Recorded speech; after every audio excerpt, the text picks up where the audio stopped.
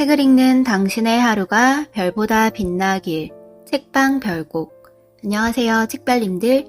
오늘 월요일 여러분들께 읽어드릴 책은 꿈은 없고요, 그냥 성공하고 싶습니다 입니다. 저자 홍민지, 출판사 다산북스. 문명특급 민키 PD 에세이. 90년대생 사회의 균열을 내다. 시작하기 전 구독과 좋아요를 해주신 모든 구독자님 분들께 행운이 눈덩이처럼 굴러들어오길 바랍니다. 그럼 시작할게요.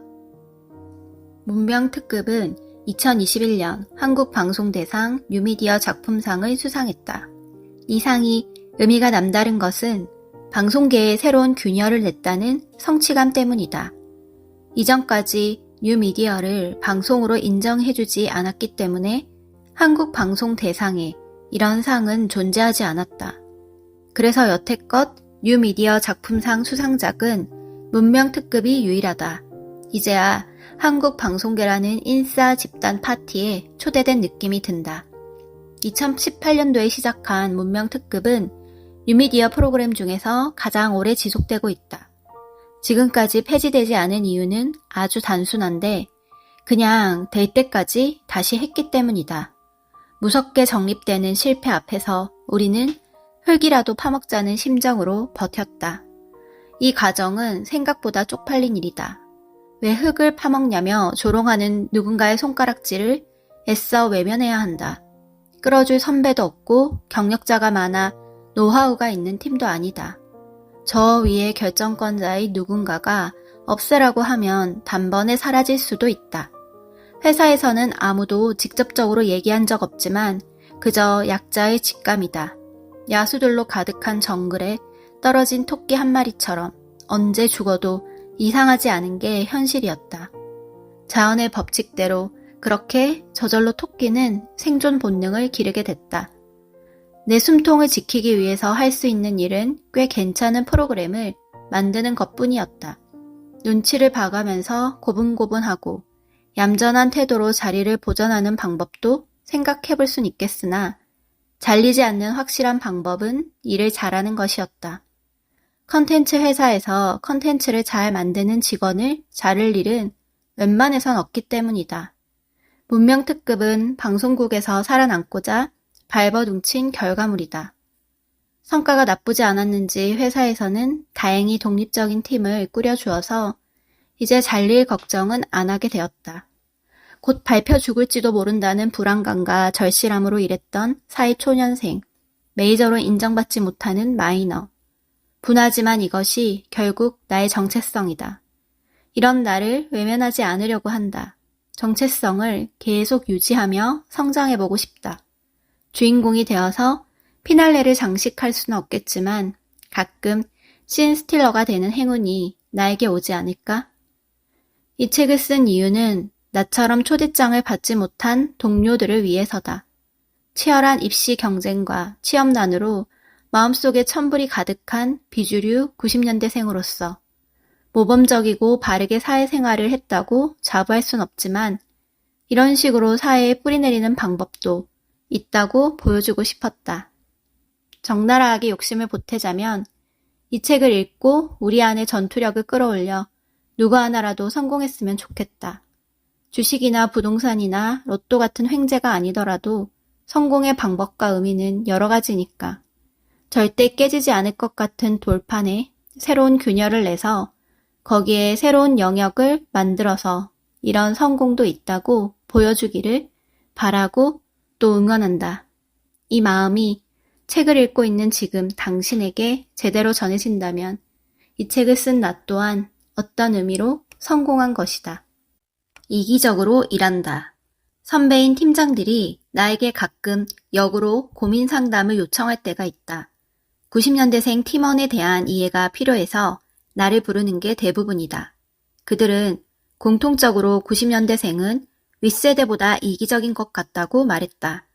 자기가 하고 싶은 일만 열심히 하고 다른 팀원들은 아직 퇴근하지 못했는데 혼자 칼퇴를 하고 휴가 때 카톡을 하면 아예 익십을 한단다. 프로필에 카톡 X, 전화 X라고 써두어서 연락을 하기도 전에 찔리게 만들기도 한다고. 퇴사를 할 거라고 크게 떠들고 다니기도 해서 상처를 받은 팀장도 봤다. 나는 팀장의 역할도 하고 있고 90년대생이기도 하기 때문에 두 입장에 모두 공감이 간다. 하지만 변화를 위해서는 어느 정도 이기적일 필요가 있다고 생각한다. 물론 남들에게 피해를 주지 않는 선에서 말이다. 팀장 직급이 들으면 속 터지겠지만 이기적으로 퇴근해버리는 팀원이 있어야 칼퇴 문화가 정착한다. 그 팀원의 공백을 메꾸기 위해서 오전 시간을 좀 더 타이트하게 활용하거나 불필요한 보고 절차를 생략하거나 어쩔 수 없이 야근을 하게 됐다면 다음날 늦게 출근하는 시스템을 도입하는 등의 대안이 나올 수가 있다. 눈치만 보면서 가만히 앉아있는 팀원들만 있는 회사에서는 절대 생각도 못할 대안들이다. 이런 대안들이 실행되고 효율성이 높아지면 직원들이 일하는 즐거움을 찾을 수 있고 스트레스를 덜 수 있다. 그러면 회사라는 공간을 긍정적으로 바라보게 되고 더불어 성과도 올라간다. 그러니까 이기적인 90년대생을 탓하지만 말고 그들의 특성을 이해하고 함께 할 수 있는 새로운 대안을 제시해 나가는 게 연륜 있는 팀장들이 해야 할 몫이라고 생각한다. 나도 내가 가진 이기심을 숨기지 않는 편이다. 그리고 최근에는 나의 이기적인 특성을 스스로 도움이 되는 방향으로 활용하는 방법을 찾았다.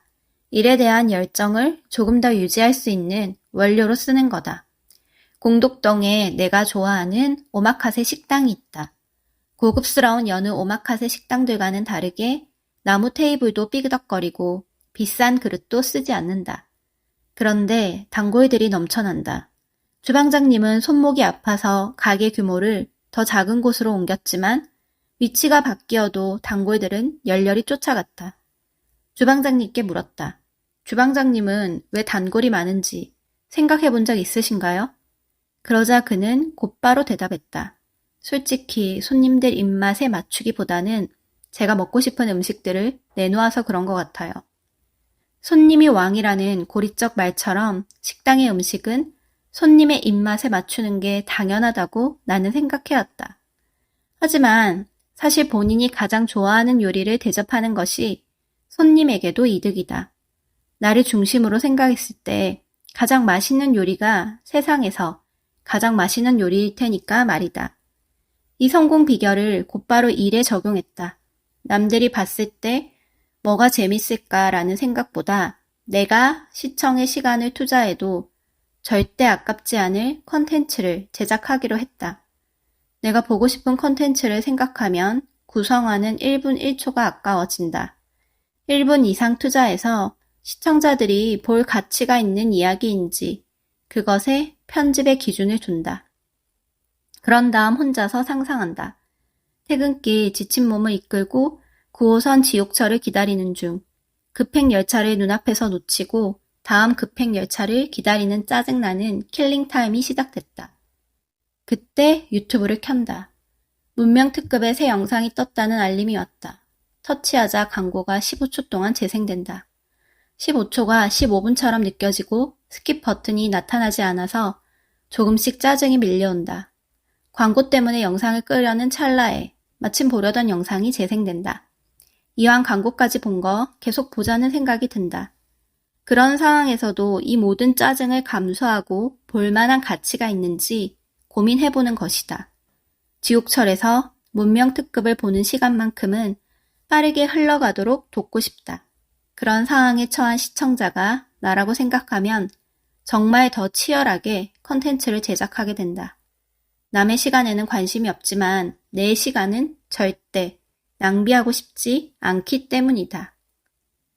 이렇게 나를 위해서 이기적으로 일하다 보면 서서히 내 강점이 보인다. 고백하자면 나는 K-팝의 무지한 사람이었다. 나에게 아이돌은 보아와 브라운 아이드 걸스가 마지막이었다. 그런데 어떤 아이돌 팀에서 출연 요청이 들어왔다. 솔직히 말해서 나는 그 팀에 대해 아는 정보가 거의 없었다. 나를 위해서라도 좀 더 깊게 그 그룹에 대해 탐색해야 할 필요를 느꼈다. 멤버 한 명 한 명에 대한 캐릭터를 더 또렷하게 만들어야겠다는 생각이 들었다. 내가 만약 이 컨텐츠를 본다면 그 아이돌에 대한 정보가 없기 때문에 영상을 끝까지 보지 않을 것 같았다. 컨텐츠를 끝까지 시청하게 만들기 위해 그 아이돌과 사담을 나누며 웃고 떠들기만 한다면 영상을 보고 난 후 남는 게 없을 것 같았다. 그래서 컴백 맛집이라는 기획을 하게 됐다. 연애 정보 프로그램처럼 아이돌의 컴백을 정보성으로 다루는 교양 한 스푼. 유쾌한 분위기로 컨텐츠를 즐길 수 있는 예능 한 스푼을 넣었다. 교양과 예능 사이를 저울질하는 방식으로 연출하고 싶었다. 그래서 우리 팀끼리는 이런 흐릿한 정체성을 시사교능이라고 정의 내렸다. 컴백 맛집이라는 기획은 꽤 좋은 반응을 얻었다. 아이돌에 대한 정확한 정보과 캐릭터를 살피는 재미, 두 가지가 모두 느껴진다는 피드백을 얻었다. 우리가 고민했던 지점이 잘 전달된 것이다. 그리고 내 강점은 이런 시사교능적인 프로그램을 연출하는 거라고 믿고 그쪽으로 역량을 키워보고 있다. 내가 특정 아이돌의 팬들만을 위한 컨텐츠를 제작했다면 아이돌에 대한 정보 전달이라는 연출은 넣지 않았을 것이다. 팬들은 이미 많은 정보를 알고 있을 테니까. 그렇다고 해서 이 아이돌을 모르는 시청자들에게도 알리고 싶은 서운한 마음이 가득해서 제작한 것도 아니다. 정말 단순하게 아이돌에 무지했던 나를 위해 넣은 연출이다. 나는 우리 프로그램을 보면서 실제로 다양한 아이돌들이 발매한 곡에 대해 알게 됐고 실력 있는 아이돌 멤버들이 아주 많다는 것도 알게 됐다. 아이돌에 대해 알아가며 컨텐츠를 제작하는 시간이 나에게 아주 유익했다. 덕분에 컴백 맛집도 시청자들에게 좋은 반응을 얻었고 내 강점도 찾게 됐다. 윗세대는 사회생활을 할 때 개인의 이기심은 나쁘고 숨겨야 하는 거라고만 말한다. 하지만 각각의 개인이 가진 이기심을 긍정적으로 발현할 수 있는 방법이 무엇인지에 대한 토의도 이루어졌으면 좋겠다. 팀원들은 자기가 원하는 목표나 이익을 적극적으로 어필하고 회사나 팀은 그것을 팀원의 성취감을 높이는 도구로 활용해야 한다. 좀 이기적으로 일하면 어떤가? 그로 인해 새로운 대안이 나온다면 개이득인데. 잘하는 것을 하기보단 못하는 것을 하지 않는다. 취업에 목말랐던 대학 시절에 어떤 강연을 들은 적이 있다. 대기업에서 인사부장을 역임했다며 굉장한 자부심을 갖고 있던 강사의 강연이었다. 그는 자기만의 강점을 찾으라고 수백 번 강조했고 내 속은 듣는 내내 갑갑했다. 강점이 없는데 어떻게 찾으라는 건지 모르겠어서. 애초에 나는 가진 재능이 많지 않다. 어떤 과목을 특출나게 잘했던 것도 아니고 음악에 소질이 있는 것도 아니고 그림을 잘 그리는 것도 아니고 운동을 잘하지도 않았다.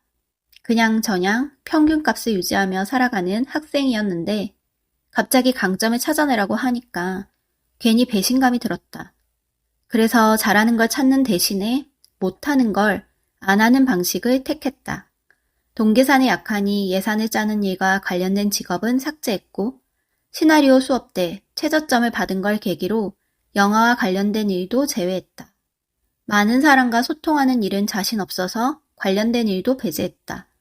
카메라 앞에 서는 일도 못했기 때문에 뺐고 엑셀은 표만 봐도 어지러워서 엑셀을 많이 쓰는 직업도 걸렀다.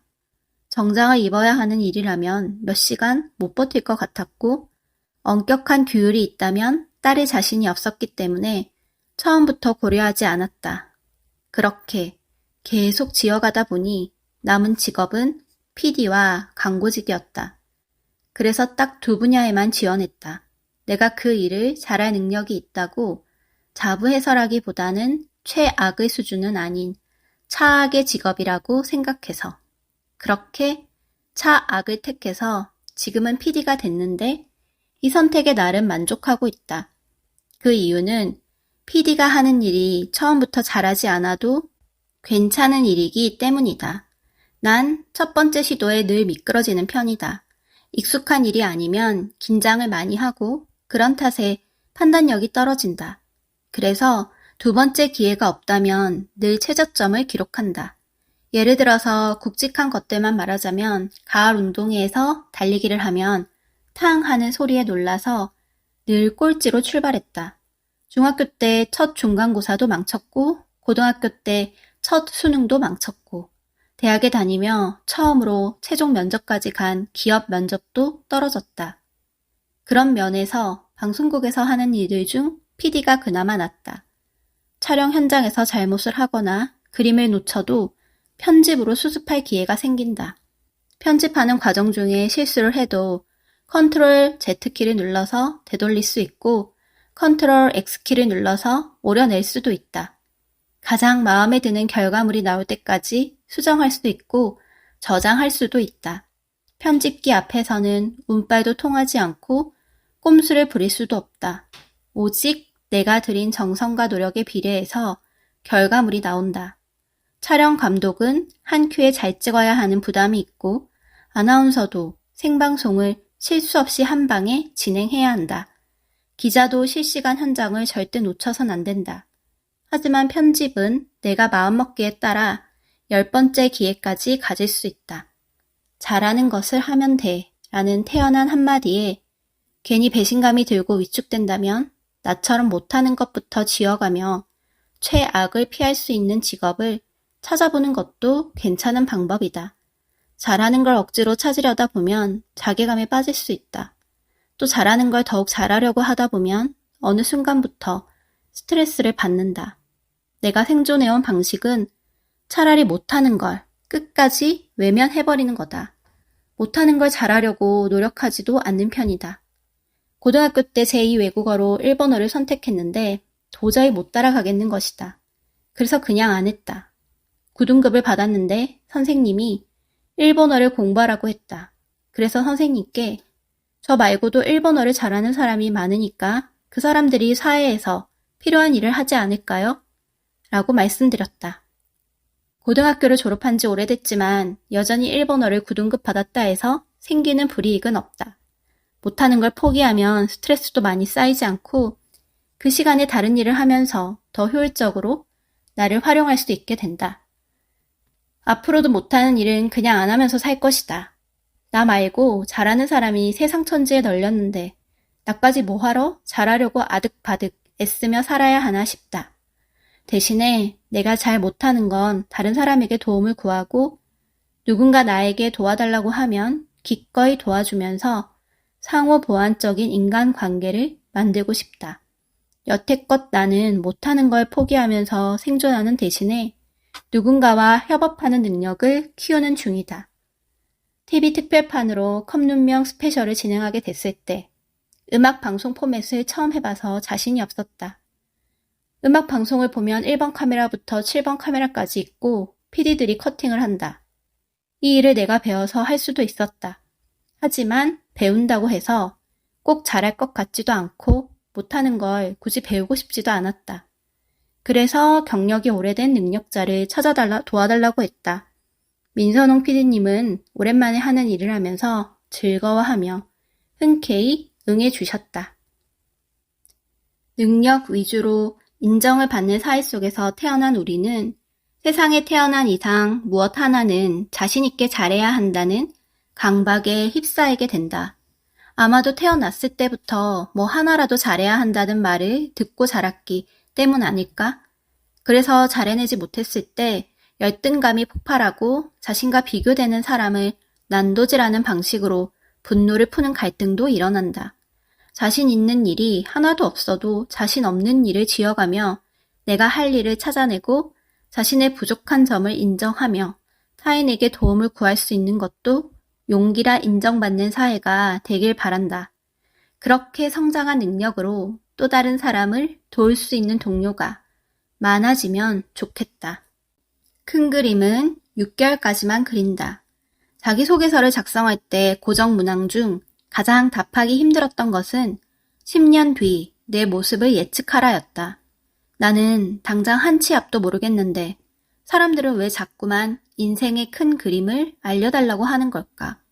목표 없이 내달리기만 해서는 안 된다고 생각하면서도 최종 목적지 같은 걸 정하는 게 무슨 의미인가 싶을 때가 많았다. 문명 특급을 만들어 가면서도 마찬가지였다. 10년 뒤에 어떤 PD가 되어 있을 것 같으냐는 질문을 받을 때마다 당장 다음 주라도 곤두박질 칠 수 있다는 가능성이 고개를 들었다. 계획이 그려지지 않는 막연한 바람이 아닌 현실 속에서 이룰 수 있을 만한 미래를 그려보자면 10년 뒤는 나에게 너무 먼 미래다. 문명 특급은 팀의 계획을 세울 때 6개월 단위로 정한다. 10년 뒤, 3년 뒤, 1년 뒤의 목표는 절대 세우지 않는다. 중장기적인 목표를 세우지 않는 첫 번째 이유는 역량이 부족해서다. 사람들이 말하는 통찰 같은 능력이 나에겐 없다. 그래서 굳이 예측하거나 호언장담하지 않기로 했다. 두 번째 이유는 하루살이처럼 살아온 생존 본능 때문이다. 6개월짜리 인턴으로 이 회사에 들어와서 1년 정도의 프리랜서 기간을 거쳤다. 그러다 보니 언제 잘릴지 모른다는 두려움이 내 안에 탑재되었다. 부장으로 승진한 내 모습을 그리기보다는 당장 내일 나의 쓸모를 증명해내야 하는 일이 더 급했다. 이런 상황 때문에 단기 목표를 세우는 일에 집착하게 되었고 중장기 목표를 세우는 일은 뜬구름 같아 보였다. 2년 뒤에 우리 조직은 이런저런 모습이 되었으면 합니다. 라고 팀장이 말하면 2년 뒤에 제가 이곳에 있을지 없을지 모르니까 그때 가서 얘기해 주세요. 라고 답하는 팀원이었다. 이 고용 구조가 안정적이라고 느껴지지 않는 이상 하루하루 잘리지 않기 위해 최선을 다해야 하는 매일이 계속될 것이다. 내가 아니어도 그 누군가는 말이다. 중장기 목표는 세우기 힘들지만 단기 목표를 세우는 데는 자신이 있었던 하루살이 기질 덕분에 문명 특급이 만들어질 수 있었다고 생각한다. 누군가 찍어온 영상을 편집만 해서는 살아남기 힘들 것 같았다. 내 쓸모를 증명하기 위해서는 직접 발벗고 나서서 뭔가를 만들어낼 수 있다는 능력을 결과물로 보여주는 편이 더 확실했다. 매출을 창출해낼 수 있고 영향력을 지닌 컨텐츠가 여기 있다는 것을 말이다. 제재 언니와 함께 기획한 프로그램이 좋은 평가를 받아야 그 이후에도 이 프로그램을 계속 만들고 싶다는 말을 할 수 있을 것 같았다. 목표에 도달하는 과정이 길수록 딴 생각을 하게 된다. 오늘 당장 최선을 다해야 다음 회차에 살아남을 수 있다. 그러면 당장 다음 주 목표만 세우지. 왜 6개월짜리 목표를 세워야 할까? 6개월 정도는 예측을 하고 계획을 짜야 팀이 효율적으로 돌아가고 팀원들도 자신의 역량을 이 팀에서 기를 수 있는지 판단할 수 있다고 생각한다. 그렇기 때문에 6개월 동안의 목표는 아주 구체적으로 짜기 위해서 노력한다. 오늘만 버텨보자, 다음 달만 버텨보자, 6개월만 더 버텨보자, 남은 하반기만 더 버텨보자. 절절하게 버틴 하루, 한 달, 1년이 모이면 어느새 10년이 되어 있을 것이다. 그래서 앞으로도 당장 내일 살아남기 위해 고민하는 팀을 운영해보고 싶다. 그 결과는 나도 모르겠다. 잘 되면 좋은 거고 안 되면 또 그때 가서 다른 방법을 도모해보도록 하겠다. 여기까지 오디오북 잘 들으셨나요? 더 자세한 내용은 책을 구매해서 읽어보시기 바랍니다. 그럼 편안한 저녁 보내시고 다음 영상은 수요일이에요. 수요일에 만나요. 감사합니다.